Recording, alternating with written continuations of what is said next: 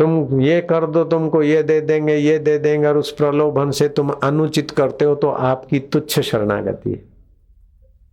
लेकिन प्रलोभन से अनुचित करने की आप जो फिर धनी होने की जो एकदम पैकेज पाने की लालच में आप करते तो आपकी हीन शरणागति है, आपका भविष्य दुखदायी हो जाएगा।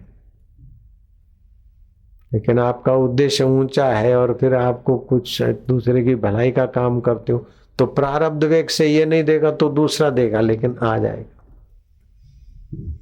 एक घटित घटना है अहमदाबाद में,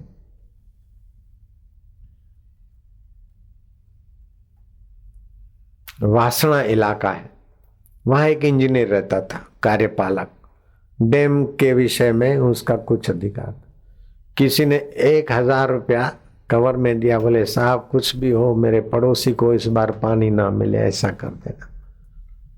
उसने बोला अगर 1000 रुपया मेरे प्रारब्ध में होगा तो अपने आप आएगा, मैं पाप क्यों करूं, नहीं लूंगा। मैं बोलता हूं 1000 या 5000, मतलब कवर अच्छा है पैसे। उसने नहीं लिया। समय पकवाकर उसको बॉम्बे जाना था और बॉम्बे से अहमदाबाद लौट रहा था तो बॉम्बे से सूरत उतरने वाला एक युवक छोटा सा अटैची जिसमें हीरे वीरे भी थे वो भूल गया। और उस साहब ने, इंजीनियर ने अहमदाबाद स्टेशन पे देखा कि वो भूल गया, वो उतारा, घर ले आया। अब वो छोरा स्टेशन से उतरा और दुकान पे गया तो मारो सूटकेस रही गयो, बापलिया हाय रे मारू दीकरू हम थी पटेल हसे। ऊंचा नीचा हुआ, अब क्या करे उथल पाथल करते करते अब तो घबराया, उसमें तो माल था। अटैची पे नाम लिखा था और इंजीनियर ने फोन कर दिया कि तुम्हारा सूटकेस छोटा सा मेरे हाथ में है।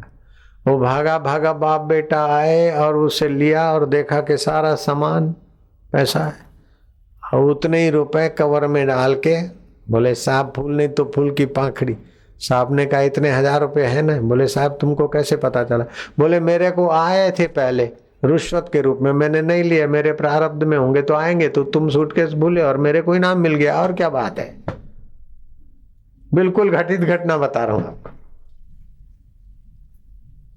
तो आप ऐसा नहीं सोचना कि हमने हीन शरणागति ली और मुझे ये मुनाफा हो गया, मैंने ये बुरा काम में साथ दिया और मुझे मुनाफा हो गया। नहीं नहीं, बुरा काम का फल भुगतना पड़ेगा। मुनाफा तो आपके प्रारब्ध में होगा तो हो गई। ऐसे ही हुंगली जिला डेरे गांव में एक सज्जन रहते थे जिनके बेटे का नाम गदाधर था, बाप का नाम था खुदीराम। खुदीराम को एक बड़े कहाने वाले डॉन ने कहा कि मेरे पक्ष में राजा के सामने गवाही दो कि मैंने इस किसान को 50,000 दिए थे 5,000, एक मिंडी बढ़ा दी थी। रामानंद राय नामचीन आदमी था। खुदीराम को दबाव डाला कि तुम मेरे पक्ष में गवाही दो। खुदीराम ने कहा मैंने देखा नहीं, मैं कैसी झूठी गवाही दूं।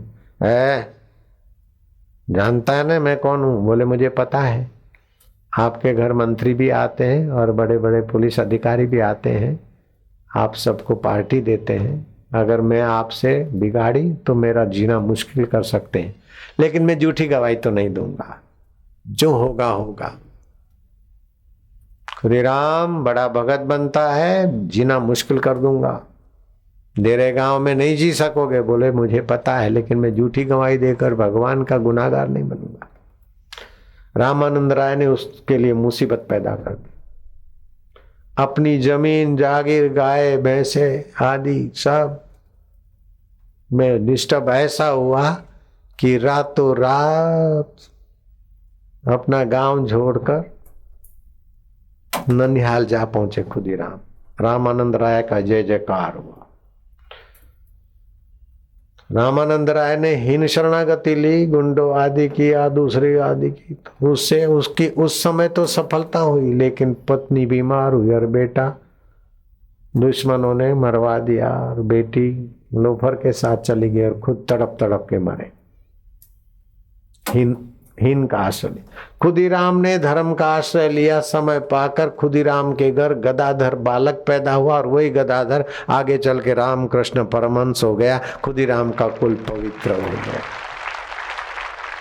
ऐसे थाऊमल के जीवन में भी कई ऐसे आए और भगवान की गुरु की सेवा ली तो थाऊमल के घर आंसूमल आए और आंसूमल आशाराम हो गए। थाऊमल शिरुमलानी जय जय हो रहा है। इसीलिए कभी भी कुछ काम करें तो गलत काम से बचें, गलत का सहयोग न लें और गलत को सहयोग न दें तो अच्छाई बढ़ जाएगी। अभी हम अच्छा काम करते और हमको धन्यवाद के बदले बदनामी होती है, कोई फर्क नहीं पड़ता। बुद्ध की खूब बदनामी हुई। बुद्ध के पास मनचली युवतियां भेजी जाती थी और एक वैश्या ने तो बीड़ा उठाया और इतना बदनाम किया बुद्ध को। और आखिरी में लोगों ने कहा कि ये क्या है, जांच होनी चाहिए। तो फिर विरोधियों ने वैश्या को दारू पिलाया और कुछ अपराधी वृत्ति के लोगों को जेतवन में भेजा और वैश्या के साथ दुष्कर्म करके रातों रात बुद्ध के आम के बगीचे में वैश्या की लाश गाड़ दी। और जांच कमीशन जांच करते करते बुद्ध के बगीचे में आई और देखा तो लाश मिली है।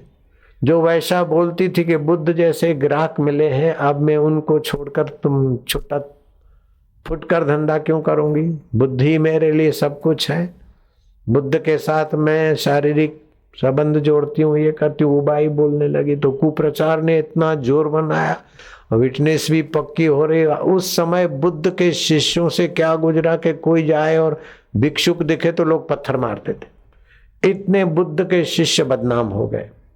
और बुद्ध कितने बदनाम हुए होंगे दुनिया जानती होगी उस समय। लेकिन बदनामी करने वालों ने, साजिश करने वालों ने जो कुछ किया, वो कौन से नरक में पड़े मुझे पता नहीं, लेकिन बुद्ध अभी भी करोड़ों के हृदय में मौजूद है और तुम्हारे हमारे आगे भी माननीय है। बुद्ध की अपनी विश्रांति थी, अपना सत्कर्म था, अपना शुभ था। उस समय बदनाम हुए कबीर जी हुए, नानक जी जेल में गए हुए, लेकिन नानक जी का ज्ञान ध्यान और उनका तप अभी भी चमक रहा है। सिखों के हृदय में तो वंदनीय पूजनीय भगवान है, ब्रह्म ज्ञानी है, और दूसरों के हृदय में भी नानक जी तो आदरणीय है ही है। इसलिए आपका उद्देश्य अगर भगवत प्राप्ति हो जाता है तो फिर आपकी हयाती में कितने भी लांछन लग जाए, फिर भी आप महावीर को, बुद्ध को अथवा युधिष्ठिर महाराज को अपने सामने देखते तो नहीं, लेकिन उनके नाम से भी आपका मन सद्भाव से भर जाता और पवित्र होता है। रावण को, कंस को, हिटलर को आप देखते नहीं, लेकिन उनके नाम से आपके चित्त में कुछ ऐसे ही हो जाता है। तो जिनका उद्देश्य ऊंचा है, जिनका आश्रय ऊंचा है, वे तो ऊंचाई को पाते, लेकिन उनके नाम से, उनकी स्मृति से और लोग भी ऊंचाई को चल देते हैं। और जिनका उद्देश्य नीचा है, आश्रय नीचा है, वो तो नीची गति में जाते ही हैं। तो स्वर्ग पुण्य सुख भोगने के लिए है, नरक पाप का दुख भोगने के लिए, और मनुष्य जीवन पुण्य पाप का कुछ हिस्सा पसार हो और नए कर्म करने के लिए।